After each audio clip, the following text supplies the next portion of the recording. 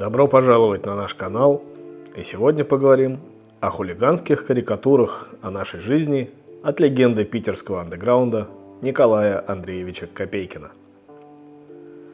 Николай Копейкин родился в 1966 году, современный российский художник, один из группы колдовских художников, а также актер, писатель и просто творческий человек, яркий представитель андеграундной и постмодернистской художественной сцены. Но не хотелось ему писать правильные идеологические картины и плакаты, восхваляющие нынешнюю жизнь. Зато остроумных и по-настоящему озорных иллюстраций у него немало. Его работы отличаются ироническим подходом, сочетанием абсурда и социальной сатиры. Сам Копейкин называет стиль картин, которые он пишет, мультреализм.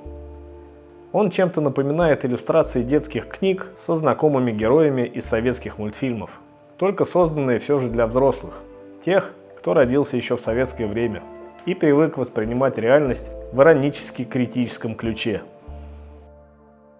Копейкин является членом знаменитой петербургской арт-группы «Медьки», известной своим уникальным стилем, где сочетаются народная простота, юмор и философия.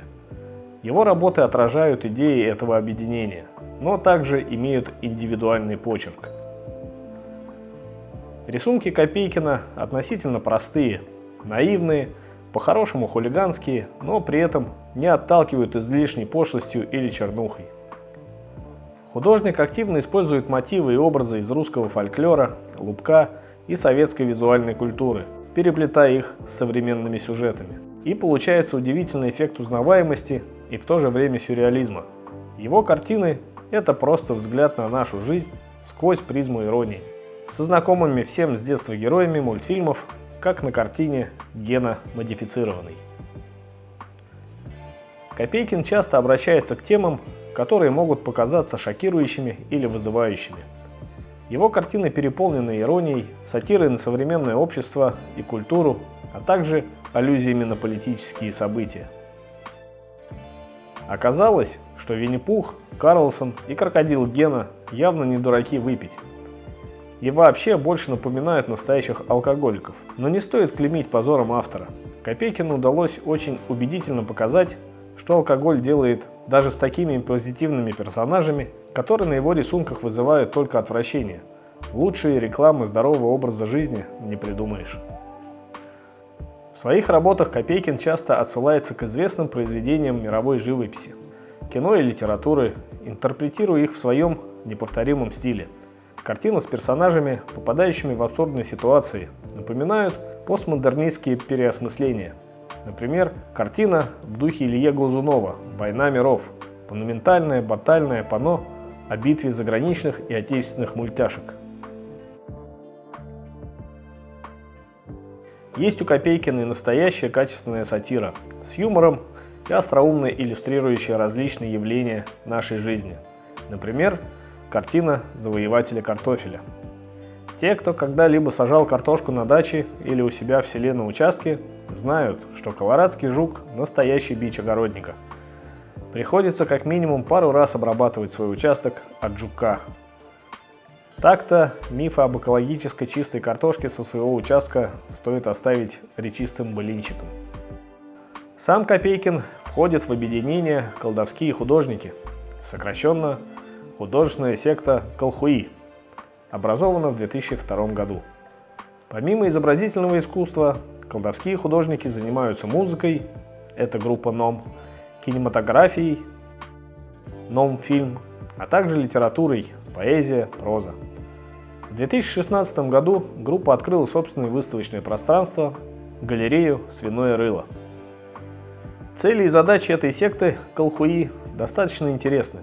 Например, они считают, критический подход обусловлен основной сверхзадачей любого колдовского художника – не очаровать, а разочаровать зрителя, то есть расколдовать его, заставить сломать привычный взгляд на окружающую действительность и самого себя, увидеть мир вокруг, лишенным шелухи, иллюзий, в чистом божественном волшебном свете. То есть заставить зрителя посмотреть на жизнь без розовых очков и иллюзий, навязанных СМИ и агрессивной рекламой, включить критическое мышление. Возможно, потому Копейкин всегда считал себя представителем питерского андеграунда. В городе на Неве образовалась достаточно большая группа действительно интересных художников, которые работают не по заказу, а для себя и велению души. Копейкин о творчестве. С друзьями и коллегами по цеху создавали свою секту колхуи – колдовские художники. Среди нас нет ни одного профессионального художника со специальным образованием.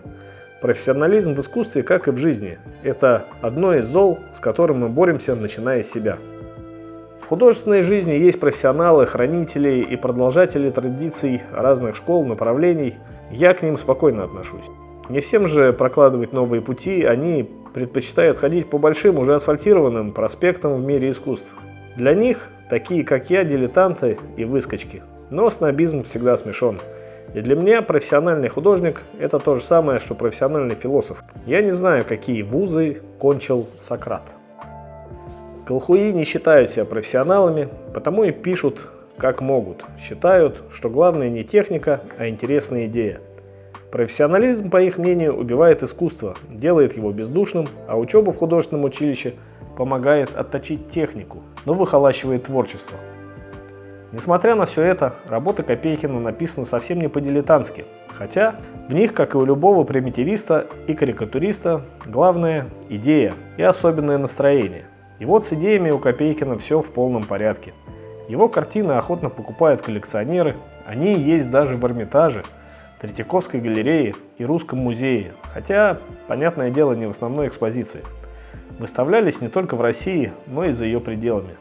Его творчество ценят за смелость и остроумие, которое, несмотря на национальный колорит, находит отклик у международной аудитории. Картины Копейкина креативны, по-хорошему смелы, позволяют взглянуть на привычные вещи по-новому. И пусть его картины, как и творчество Анжелы Джерих, больше подходят для интернета и соцсетей, они уже переросли уровень массового фриланса и безызвестных креативщиков. Копейкин активно работает в разных жанрах, от живописи до графики, от книжных иллюстраций до арт-объектов. Его интересует эксперимент, поэтому он не ограничивает себя традиционными рамками. Картины Копейкина легко узнать. Они сочетают в себе яркие краски, четкие линии и множество деталей, которые создают эффект перенасыщенности. Каждая работа – это своего рода визуальный ребус, полный скрытых смыслов. Он отображает нашу реальность сквозь призму юмора и иронии, а привычные нам персонажи – полицейские, ровные пацаны или братки – уже кажутся не столько страшными, сколько смешными. Несмотря на абсурдность и комичность, в работах Копейкина часто поднимаются глубокие философские вопросы. Он размышляет о жизни, смерти, времени и человеческой природе, используя юмор как инструмент для анализа.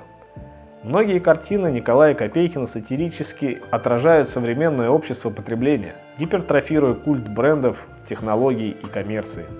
Копейкин активно использует элементы советской эстетики, от плакатов и лозунгов до образов героев из фильмов и мультфильмов.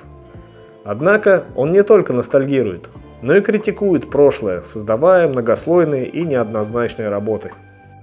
Копейкин черпает вдохновение из западного поп-арта, например, творчества Энди Уорхола, но адаптирует его под российские реалии. Он смешивает элементы массовой культуры, рекламы и советского агитпропа, добавляя саркастический взгляд на современное общество. Кстати, сам Копейкин дружит с известным художником Басей Ложкиным. Есть у них и свои любимые персонажи. У Ложкина это рыжие коты, а у Копейкина слоны и снеговики.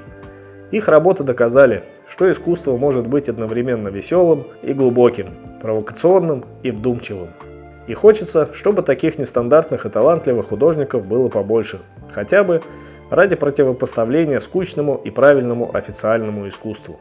Успех Копейкина и Ложкина доказал, что оригинальность и смелость в искусстве могут быть важнее академических навыков.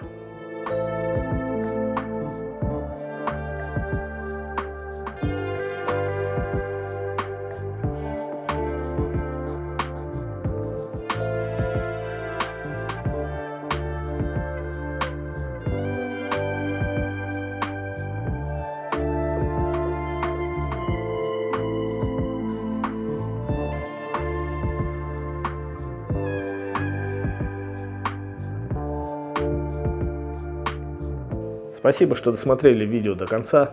Лайк и комментарий – отличный способ поддержать канал и автора.